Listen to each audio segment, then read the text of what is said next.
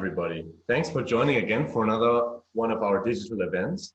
I suggest we get started while there's still people joining. So today we're going to have Philipp Sandner discuss Bitcoin moving from retail to institutional investors. So it's going to be one talk for roughly 30 minutes, and then we're going to have a Q&A session. If you have any questions for Philipp that you would like him to answer around this topic, you can just join our WhatsApp group here. You can scan the QR code with your iPhone camera app or any QR code scanner, and then you can join the Bitcoin and crypto assets WhatsApp group that we opened. If you have any questions, just post them in there. We had actually an incident of Zoom bombing. That's why we can't use this Zoom chat feature, because it's a bit insecure. I'm not sure if you've heard of this privacy issue. So yeah, that's where you can post anything relating to this talk. And if you can't scan this QR code, you can also find the link in the email you just received. So just tap on that from your phone and it will open the group. And post in there anytime. We will go through the questions afterwards. Let's start with the talk. Thanks a lot. Okay, thanks very much for the invitation. I'm happy to hold this presentation about Bitcoin, not touching it and discussing it from a retail perspective, but rather from an institutional perspective. So the question would be, is retail now moving to the institutional perspective area? Because only then the demand is increasing, and only then, in my personal opinion, Bitcoin price can increase once you are in a position to have a higher demand from institutionals. So my name is Philipp Sandner. I'm working at the Frankfurt School Blockchain Center. We are some kind of, let's call it, Fraunhofer Institute, something like. We are not a Fraunhofer Institute, but we are similar to a Fraunhofer Institute in the area of blockchain and finance. And we help all kinds of companies understanding blockchain, getting into the market, and so on. So we are right now, not 16 employees anymore. We are 14 employees due to Corona crisis, little bit of decrease. And we have been doing lots of advisory, lots of education, lots of training, lots of consulting. And in the past, of course, also events. We are privately funded. You see the companies below here. And this also indicates that we haven't gotten a sponsorship from the government, for example. Yeah, but let's start directly into the topic. So, first of all, let's talk about a quick introduction to Bitcoin. Being non-technical, I think this is interesting for those people who haven't touched Bitcoin excessively so far. I made this screenshot last week, so prices are a little bit different, but more or less overall the same. So as of now, Bitcoin is still by far the #1 asset in the crypto market. You see here that Bitcoin has a market cap, that's column 2, of 162 billion US dollar. That's quite massive in comparison to the other crypto assets. Very often journalists, media, blogs, and so on, they write about 2,000, 3,000 tokens out there. That's true.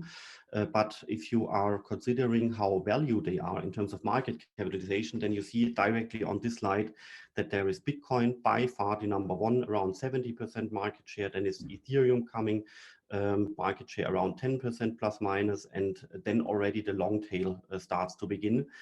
You see this happening as of rank position #6 and below. Of course, these are still valuable assets, so to say, but rank 50 to 3,000 are more or less not so much relevant. That's exactly why institutional investors are mainly becoming interested in Bitcoin, maybe Ethereum, but that's it.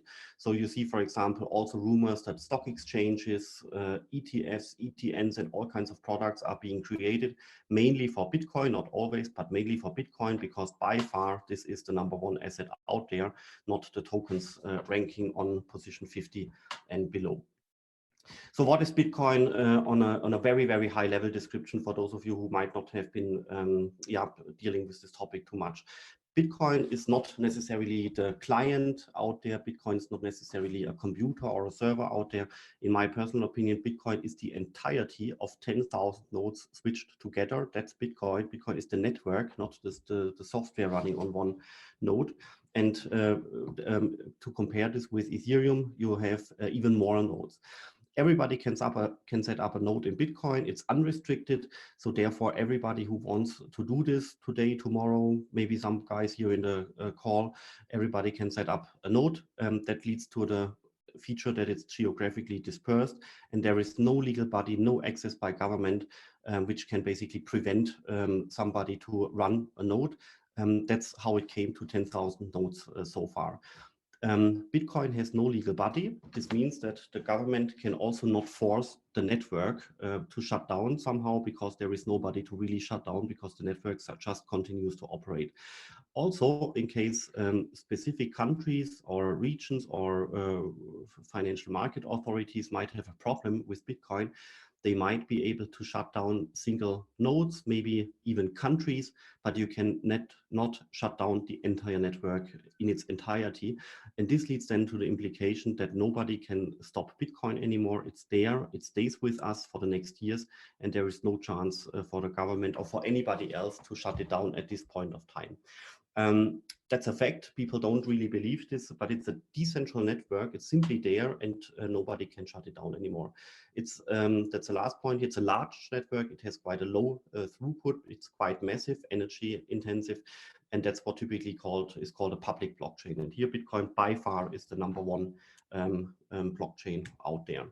This needs to be compared to permissioned networks. That's basically, for example, as you can see in this illustration, a network running 50 nodes, for example, for an Asian network. It could be, for example, the Chinese currency as an illustration.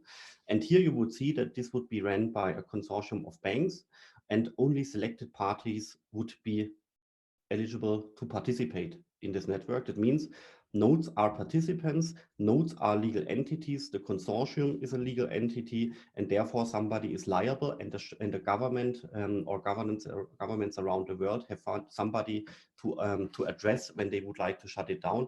This has the consequence that this consortium or the nodes in this consortium have to play according to government's rules, because there is somebody to address when governments want to shut it down. That's not possible in the Bitcoin and Ethereum case on the left-hand side. Therefore, you have a benefit here on the right-hand side. It's a very slim network. It's because it's institutionalized in a different way, and therefore it has a much higher throughput.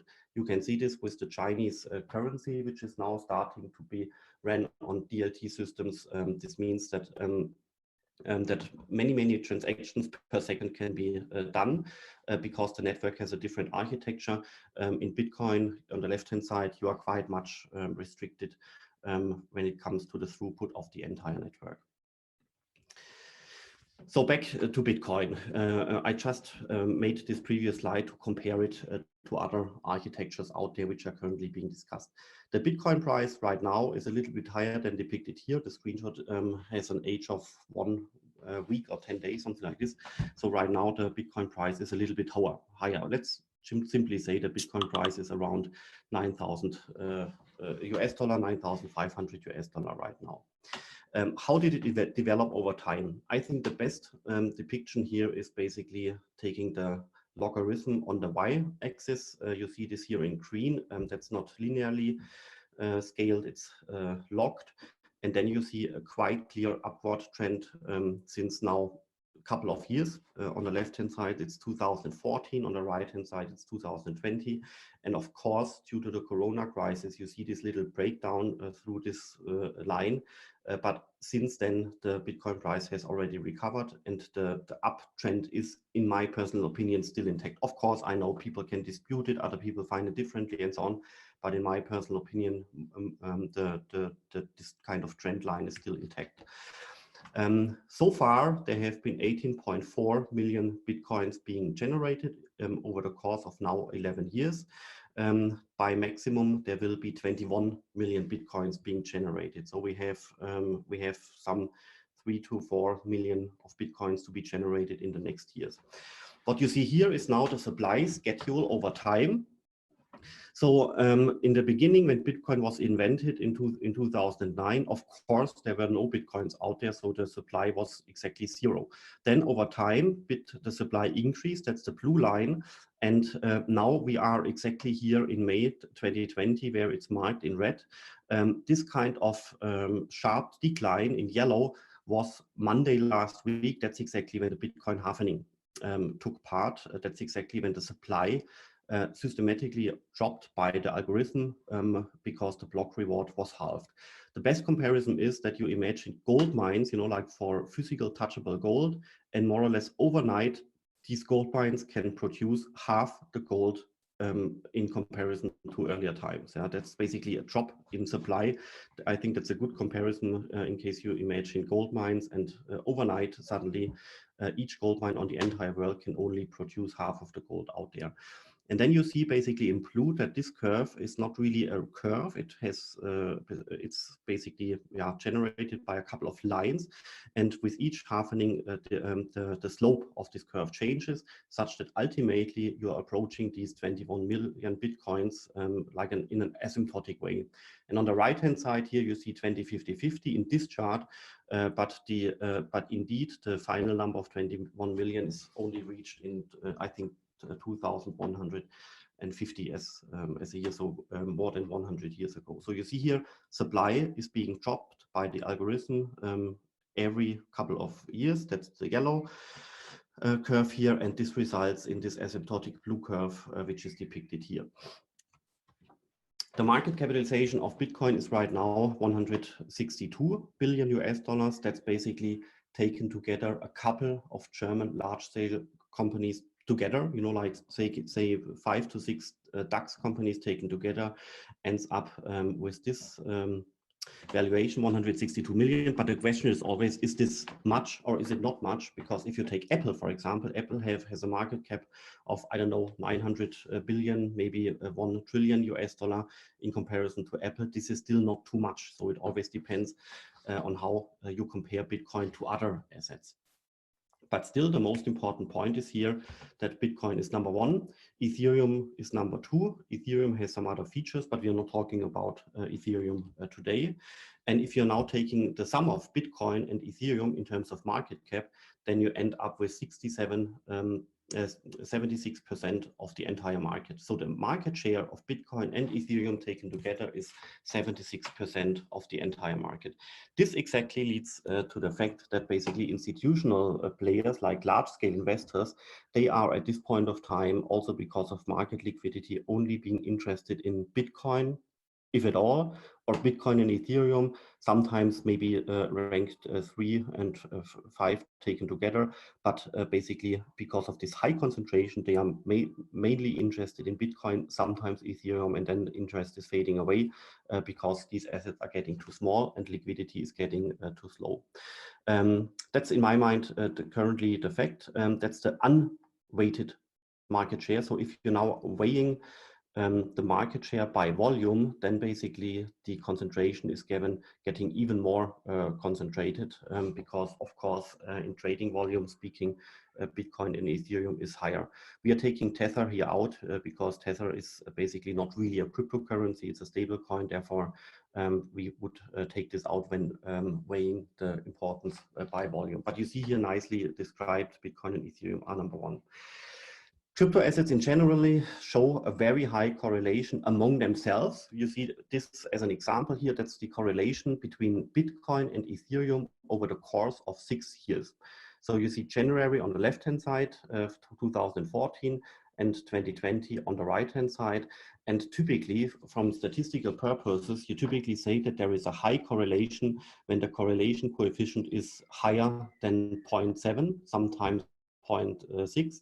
The correlation is medium or medium in case the correlation is 0.5 and plus minus. And if the correlation is below 0.3, then you typically say there is low correlation or even no correlation. And you see here that over the course of 6 years, the correlation between Bitcoin and Ethereum have mostly been above 0.6 or even 0.7. Sometimes even 0.8, as you can see here. Therefore, you could argue that Bitcoin and Ethereum are very, very, very strongly correlated most of the time here. There is one exception in the year 2017, that was the ICO hype. Correlation went down, but besides this, correlation was up, is up, and in my personal opinion will also stay on these levels for quite some time. This means, because you have this extremely high correlation between Bitcoin and Ethereum ranking number 1 and number 2 assets, this results in the statement that actually it doesn't really make sense to work with crypto indices right now, because the crypto index right now is simply Bitcoin. Yeah, there is no need for a crypto index with these very high correlations. It does make sense to purchase Bitcoin to some degree into a stock portfolio, for example, to increase risk and return metrics. But in my mind, a pure crypto index doesn't really make sense, because the intercorrelation between crypto assets is so extremely high right now. And even if you would mingle into the crypto index rank 10 to rank 50, their valuation is so small that the share of them would be quite low. And then you again end up with basically being Bitcoin, the landmark currency of the crypto ecosystem. Everything is being benchmarked and correlated to Bitcoin. That's why this chart very nicely shows that a crypto index in Bitcoin is only increasing risk, not necessarily the return. Crypto assets also show no clear correlation with other assets. That's now the uncorrelation, which is very often postponed. I know this has changed now recently because of the Corona crisis, but if you look at over a longer course of time, then to 2020, and you see that most of the time the correlation has not been very high. So the correlation fluctuated around 0. That means basically the correlation is not there at all. But you also see that the correlation sometimes over a couple of weeks, the correlation was above 40% or sometimes even negative. You see here on the right-hand side in end of Q1 this year that the correlation was quite high, but always keep in mind in case the correlation coefficient is between 40% and 60%, then you would argue that it's a medium correlation, and only above 60%, you would call it a high correlation. So the correlation between here, stocks, also that means the Standard & Poor's index, and Bitcoin was never high. If at all, for a couple of days and weeks, it was medium, but on average, if you would draw an average line through this figure, then the correlation was basically not there over the long term, only over a term of a couple of weeks and days, and then also not only in a higher degree, only medium or maybe low.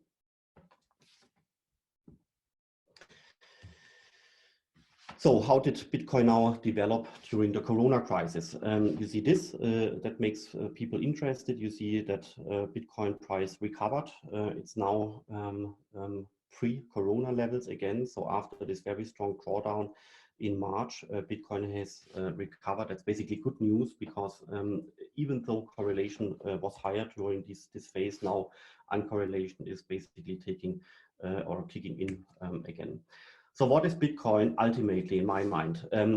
That's basically an interpretation I'm doing based on a study which has been done by Plan B. Plan B is a Twitter account which has written amazing articles about Bitcoin, interpreting this. And here you see that 2009, the narrative of Bitcoin was that it's a proof of concept for eCash. That's the blue area here. It has also been a cheap payments network. That's basically the red area here. And it also has been censorship resistant e-gold in the very beginning, but only to a minor degree. Then a couple of years later, you see this, that basically the proof of concept narrative faded away. So it was only in the very beginning an important narrative, but then the cheap payment networks become more important, and also the darknet currency here in gray also became more important. And you see that basically the little share in turquoise adds on the top of the bar, that's basically a programmable shared database. Then 2014, again, 2-3 years later, you see the main narrative is a cheap payment networks. The proof of concept is now being reduced. It's still a darkened currency. That's where the bad reputation comes from. And now suddenly a green area is emerging here. That means it's a reserve currency for crypto assets. This means you have exchanges out there and they have hard-coded Bitcoin in their program code, and everything is basically benchmarked and accounted against Bitcoin internally, right? With hundreds or thousands of crypto exchanges. And then now in 2018, the narrative was as follows. It's a payment networks, yes, but it's not cheap anymore. So therefore the red area has decreased. The reserve currency of crypto has been increased. That's the green area. It's that the e-gold narrative, that it's censorship resistant and you can transfer this kind of digital gold around the entire globe, is basically the main share of the narrative these days. And you also have like this pink area now coming in, indicating that it's an uncorrelated financial asset. So here is the entire graph. I think it's more visible to see what's going on here if you are selecting specific bars like this. But you also see here how the narrative of Bitcoin has changed, and now try to basically progress this chart into the future. Then of course you see other narratives emerging, and there is no reason why this uncorrelated financial asset narrative will decrease. In my mind, it will increase. Other assets will be or other narratives will be decreasing. So what is now a fair valuation for Bitcoin? That's a comparison which has been done last year. And here you see Bitcoin at that point of time having a market cap of 187, all cryptocurrencies taking together 266. And Uber at that point of time, I know it sharply dropped, at that point of time, Uber was 55. So in case you compare Bitcoin now to other assets, then you see here Apple at that time having a market cap of around 1 trillion US dollars. Gold having a market cap of 8 trillion at that point of time. Now it's higher because of the Corona crisis. You have US money supply M2 being 14 trillion at that point of time. I know this also changed upwards. And you also have stock markets here. And the question now is always, is Bitcoin overvalued or is Bitcoin undervalued? And I think this is very important to ask this question, if Bitcoin is overvalued or undervalued, but you can only answer this question in case you have a fair comparison. And to have a fair comparison, you need to understand, or people need to understand, what is exactly the architecture of Bitcoin, and how can this architecture of Bitcoin being compared to other assets. And here we now know that Bitcoin by the architecture is most similar to gold. And therefore it makes sense to compare Bitcoin mostly with commodities and mostly with gold. Also, this guy, Plan B, and his articles on Medium and also his tweets on Twitter have created a very, very interesting theory about the stock to flow model, where Bitcoin is explicitly being compared and analyzed from the perspective of commodities. And this then means, and that's very important, that you are taking the Bitcoin valuation divided by the gold market capitalization, so 187 by 8 trillion, and then you end up with a percentage share of, I don't really remember exactly, but it should be 1.5% plus minus. And the question now is, Bitcoin being 1.5% market capitalization in comparison to gold, is this much or is it not too much? Is it possible that the market cap of 1.5% in comparison to gold increases to 3%, then the price would double? Or is 1.5% in comparison to gold too high? Should it be rather 0.5%, then the price would decrease by 60%, right? I think this is the question to pose, but it's of course not easy to answer this question, whether 1.5% in comparison to gold right now is fair or too high or too low. My personal opinion is that it should be a little bit higher, but I know that many experts have many opinions, therefore I'm a little bit cautious here. So now let's finally discuss the stock to flow model, which has been initiated primarily by Plan B in the year 2019. It's a very interesting theory which works as follows. So there is one metric out there, which is called the stock to flow metric, that's out there since years. And this means that you are taking the stock of one commodity out there, and then you divide it by the incoming flow per year. So for example, with gold, you have the stock of 185,000 tons out there, and incoming flow per year, like produced by gold mines, it's 3,000 tons per year being generated. If you now divide these numbers, then you end up with a stock to flow metric of 62. With silver, you would divide 550,000 by 25,000, then you end up with a stock-to-flow metric of 22. With palladium, you have a stock-to-flow metric of 1.1, and with platinum, you have it being 0.4. So you see here, that's basically the argumentation of the stock-to-flow metric, that this metric is measuring the scarcity of the asset. Yeah, I know this can be disputed. There are a couple of assumptions which need to hold, such that this interpretation makes sense. But if you are believing in these assumptions and if you take them as they are, then the stock-to-flow metric is capable of measuring the scarcity of this asset. It means how stable is the stock over time? Is there any inflation or deflation taking place, or is the stock stable and basically not disrupted over the course of a year? And you see with gold that therefore this metric with being 62 is quite high. And what this guy Plan B has been doing is he now correlated the stock to flow metric with the market value on the right hand side, because you see here, the higher the stock to flow metric, the higher the market cap. So the higher this stock to flow metric, that was his logic, the higher the market cap. So there should be a positive correlation. And then he computed the stock to flow metrics for Bitcoin, because as you know, the supply schedule of Bitcoin is fixed. So you know exactly when will Bitcoins being generated and basically sold to the market. In the beginning, the stock was very low and the inflow was very high. Then in later years, the stock increased because there were more Bitcoins outstanding. But of course, due to the halvening taking place every other year or every couple of years, the incoming supply decreased. This leads to an increase of the stock to flow ratio over time. And you see it now here depicted in blue, that basically the stock to flow metric follows a specific schedule over time and it's increasing, right? On the left-hand side in blue, you see this kind of bandwidth where the stock to flow metric basically was in the very early days. It was quite low.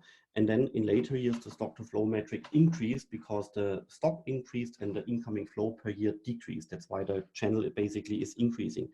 And where these blue dots end on the right-hand side, you see that this kind of blue channel is now moving upwards. That was basically the event of the halvening. That's why the Bitcoin ecosystem was so excited here, because people have been interested in this stock to flow metric, which is now going on a higher level, as you can see here, because this kind of blue bandwidth channel is basically moving upwards because the stock to flow metric is increased because of halvening taking place. And you see also in this chart that the blue dots are the Bitcoin prices over time.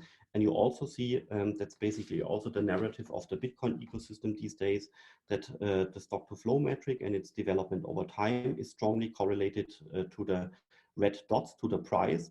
And if this correlation also holds true for the future, then we also should see an increasing Bitcoin price in the next 1 or 2 years. You see that basically these red dots do not jump into the blue channel overnight. This has never happened in the past, but it follows to go into the blue channel at some point of time over the course of 1 to 2 years. That's basically the hypothesis of this stock to flow metric. That's what people are excited about in the Bitcoin area. If the red dots, the price, would move into the blue bandwidth again, this would indicate that the Bitcoin price would rank between 50,000 US dollar, that's times 5 from now on, and 200,000 US dollar, that's times 20 from now on. So this is quite unbelievable, I know, but that's basically the narrative what people are having. And I think this is now the most important point, which is sometimes forgotten by Bitcoin, by the Bitcoin ecosystem, because the price is always a result from supply and demand.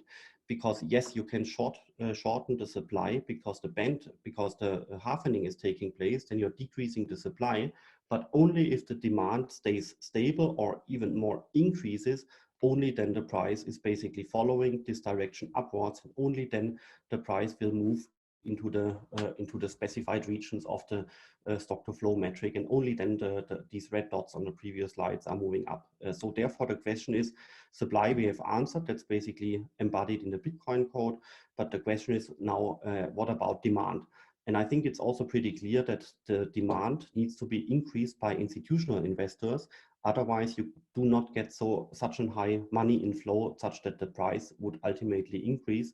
It could not increase if just retail investors are remaining interested in the future. So in my mind, it needs to or fundaments need to be built such that institutional investors are being interested. And this is now the question is, why should demand actually increase? It's uncorrelated, it's an interesting asset, it's a potentially appreciating asset. This means the value could be increased. These are just good arguments why demand should increase, but you have to have demand being increased on behalf of institutional investors. Otherwise, this higher price being the result of a supply and demand logic in the market will not increase so much. So why should it now increase?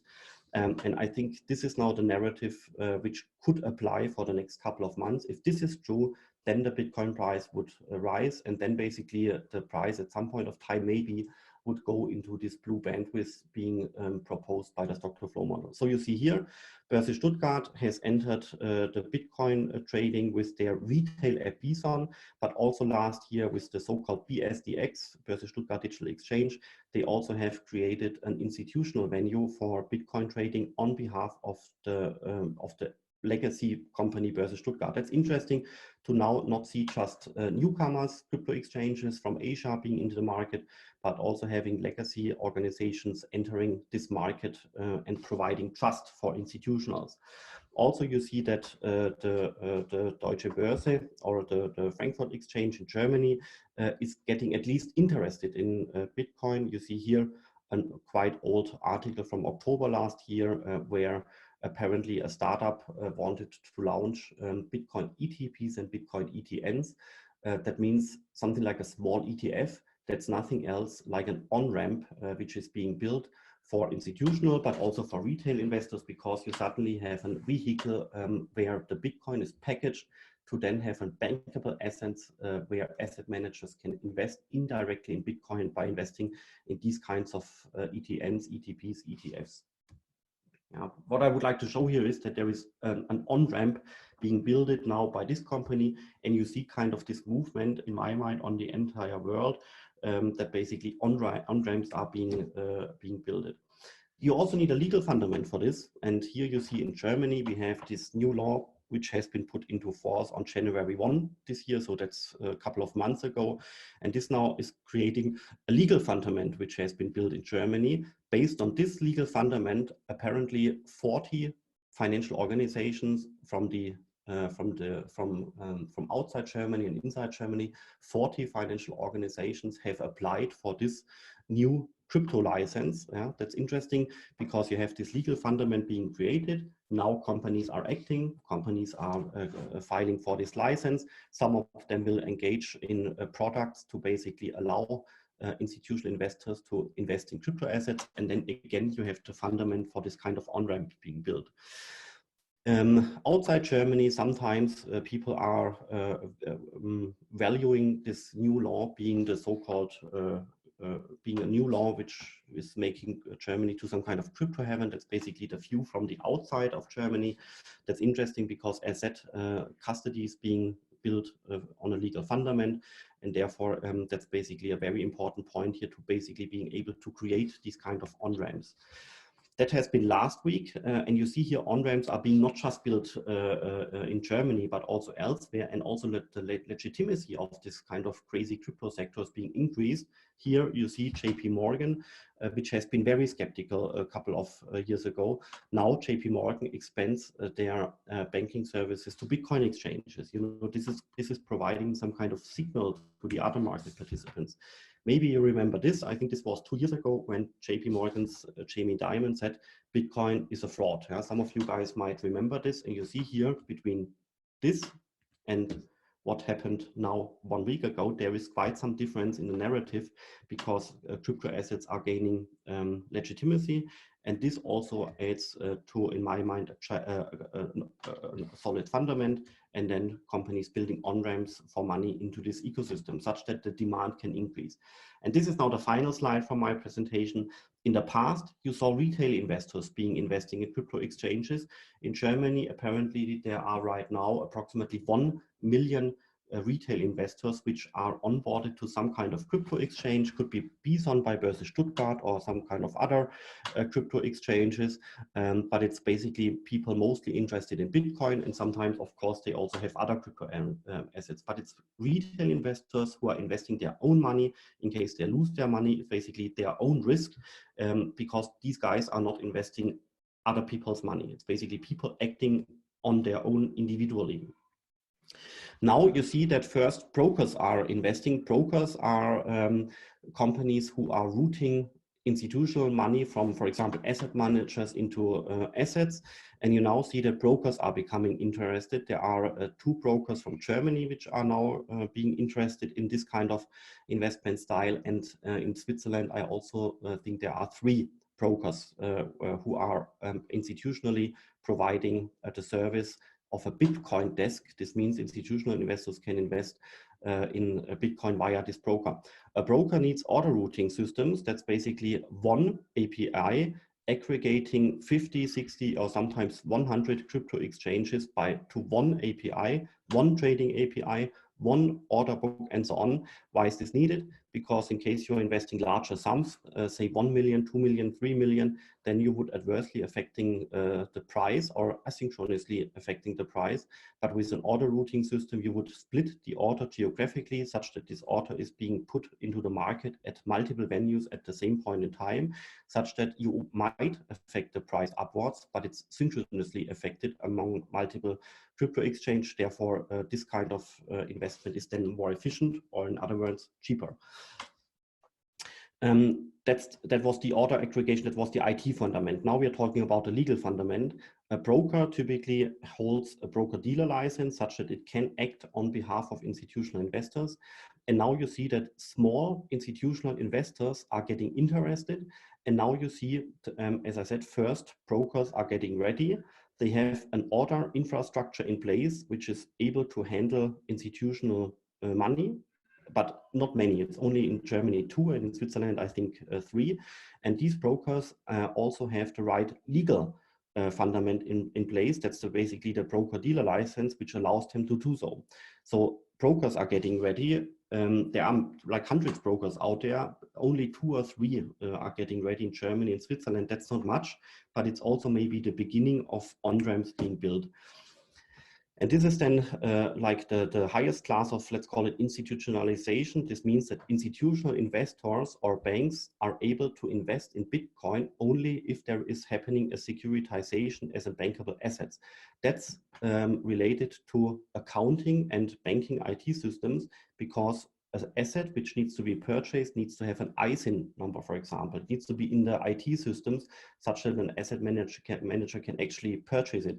It sounds a little bit odd to take the Bitcoin, package the Bitcoin into some kind of special purpose vehicle, add an ISIN, put it into core banking systems of banks, make it a bankable asset such that financial organizations can invest in it. It sounds a little bit odd, but in my mind, it's still an interesting route to basically channel money from institutional investors being interested in this asset into the Bitcoin ecosystem, because you need to consider all these right points here.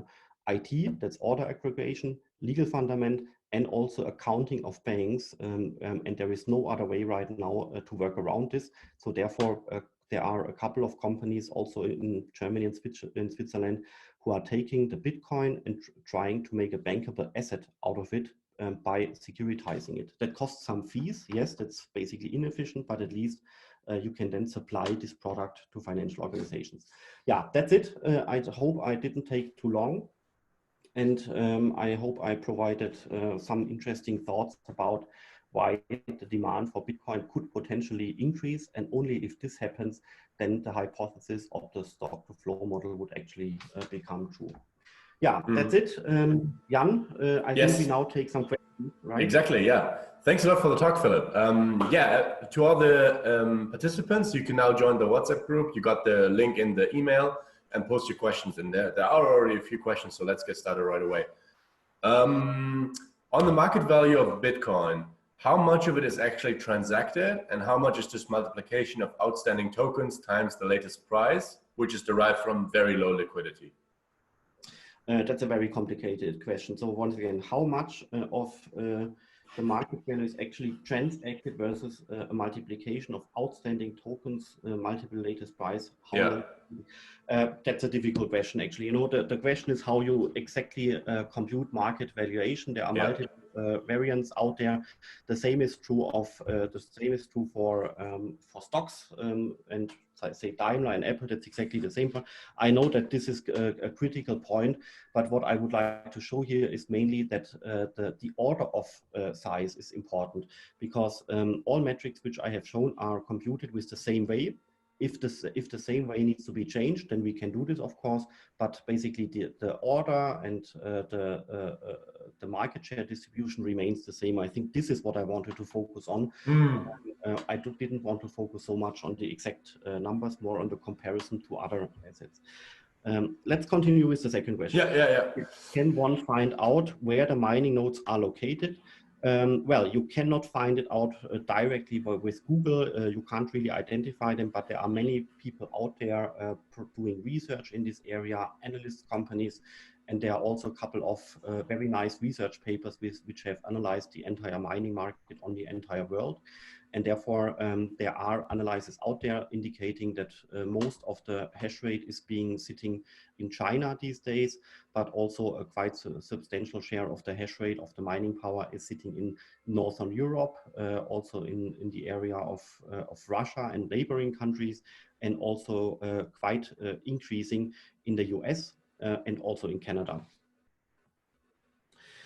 Question on valuation: how appropriate is it to compare the valuation and market cap of cryptocurrencies with traditional companies?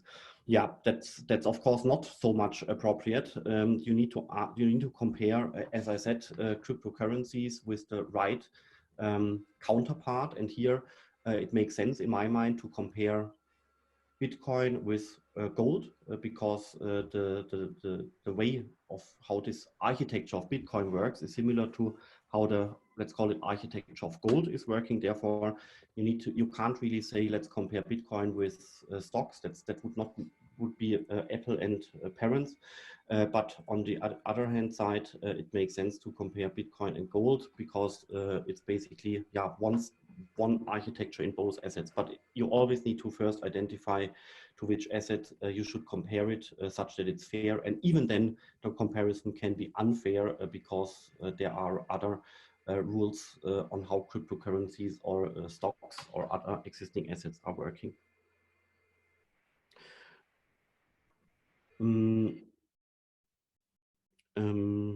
Where are other questions?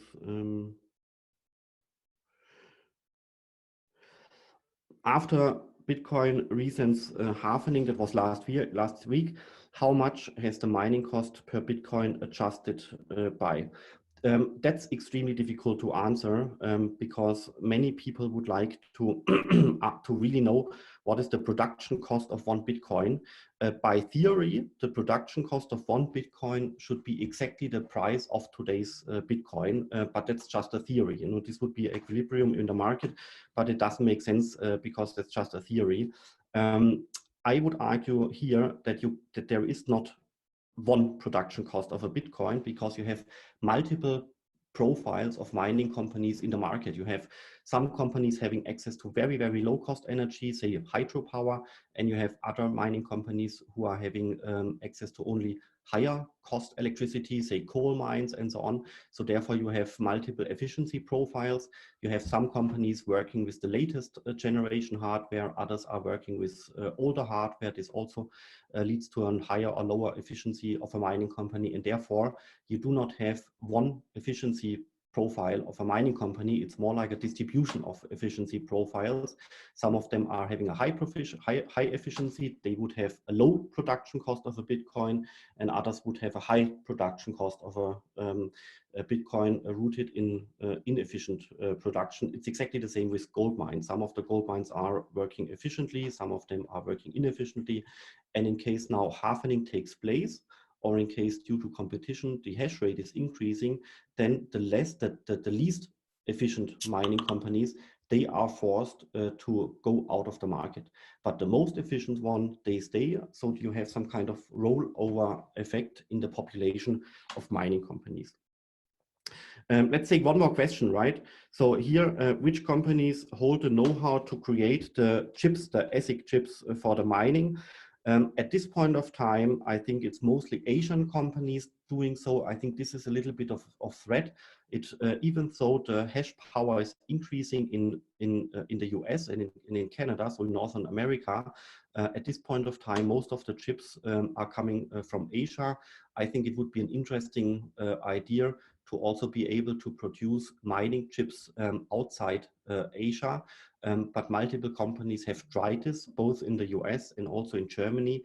And so far, it didn't really work because scaling didn't take place. Yeah? So this seems to be a very difficult business.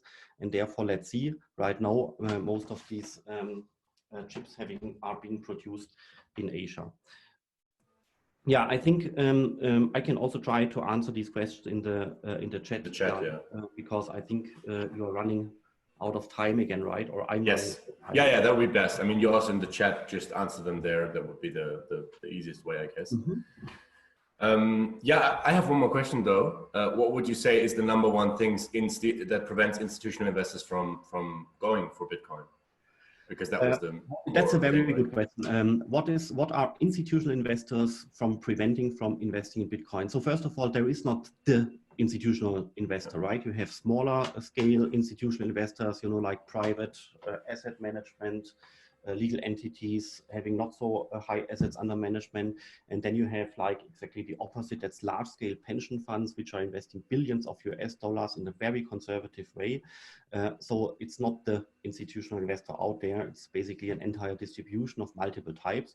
And I feel that the smaller ones are getting more and more interested. The larger ones are trying are not so much interested. You have multiple guidelines in place which are allowing people to invest or disallowing people to invest. So sometimes these guidelines are preventing asset managers or institutional investors to invest. This should not be underestimated.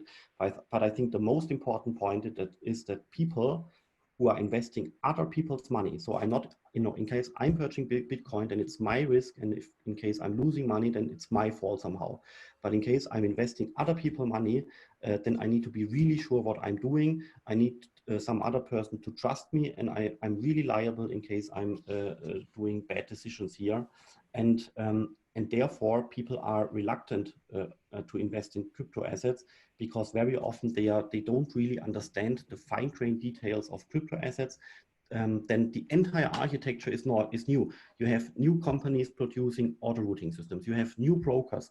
You have a new technology. Everything is new here. The large-scale players in the existing world, like let's call it Deutsche Bank, Goldman Sachs, they are at this point of time staying away. This adds to skepticism. And this skepticism combined with not too much knowledge out there leads to a low interest in Bitcoins. But you also see here, this is very dynamic and the interest is changing and increasing. And first, asset managers are getting involved. They are purchasing small amounts of Bitcoins to simply see, is the money still there or has it been gone? Has it been stolen? This way they gain trust into the ecosystem. And then at some point of time, like in a couple of months, they would invest higher amounts of money. But the understanding the ecosystem, understanding Bitcoin, and understanding all licenses, companies, startups, technologies, which are related to Bitcoin, which are allowing you to invest, this is at this point of time not too widespread. But luckily, my feeling is that it's increasing. Nice. Thanks a lot, then. I'm going to quickly give you an overview on what we do next week, so you know what's coming up from the Disrupt Network side. I hope you can see my slide. Yeah. So on the 20th, so tomorrow, we will have a workshop on how can women easily enter into blockchain. So there's going to be an interactive workshop session with fewer participants. If you're female and you're thinking about joining blockchain, this might be interesting to you. And then next week on May 29th, we will have BlockRocket's monthly startup pitch. So there's going to be 5 to 7 blockchain startups from BlockRocket, the accelerator, pitching themselves. So if you are curious on what's going on in the German blockchain space or the Central European one, then this is the place to check it out, because in nowhere you will get as much info on hot startups in 40 minutes in the morning. You can follow us on LinkedIn. Here's the QR code. And with that, I would like to end today's session. Thanks again to Philipp for the insights and the questions. I hope you find the time to answer on WhatsApp, and I hope to see you all again very soon. Goodbye.